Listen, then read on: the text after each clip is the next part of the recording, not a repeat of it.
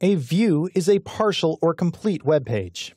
Designers like views because it's mostly HTML with a very bare minimum of PHP code. And what logic is there are for eaches and so forth. Views can be embedded in other views, which allows for hierarchies and cleaner, more reusable code. Even though they're web pages, a view cannot be called directly. It can be only loaded by a controller. So, with this context, let's get that HTML out of the controller and into a view. From NetBeans, I'm going to navigate to the Views directory. Right now, there's only two files, the same placeholder index.html and welcomemessage.php. Open welcomemessage.php to see what's inside. Scrolling through, it's a complete HTML5 page with no PHP whatsoever. At the bottom, there is one little anomaly, page rendered in elapsed time in curly braces. This is a pseudo variable from the benchmarking class.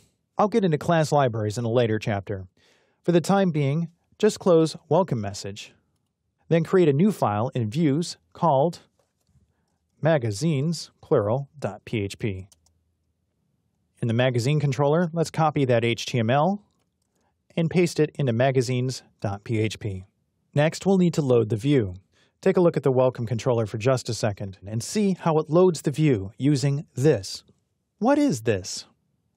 This has a special meaning in CodeIgniter. It's a singleton CodeIgniter instance, which means there can only be one copy of it throughout the entire application, which prevents duplicates and overhead. When various functionality is loaded, it's attached to the instance in such a way that it can be referenced like a property of the instance. I'll demonstrate how this works in just a moment. Close the welcome controller and go back to the magazine controller.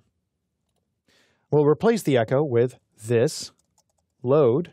We're going to load a view named magazines, followed by semicolon and save. I'm going to go back to the browser and refresh, make sure that nothing has changed.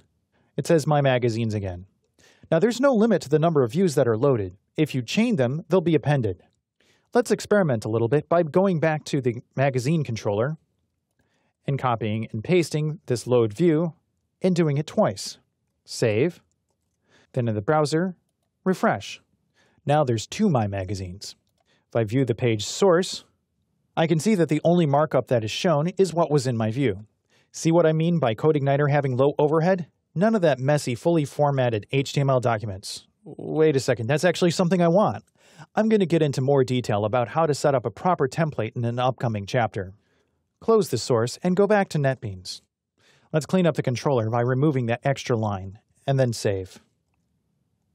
In this chapter, I've defined what CodeIgniter is and gave a number of reasons why it should be used.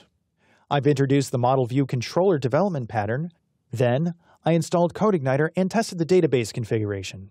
Starting with some code and concepts, I created a static page controller, and finally, generated output using a view.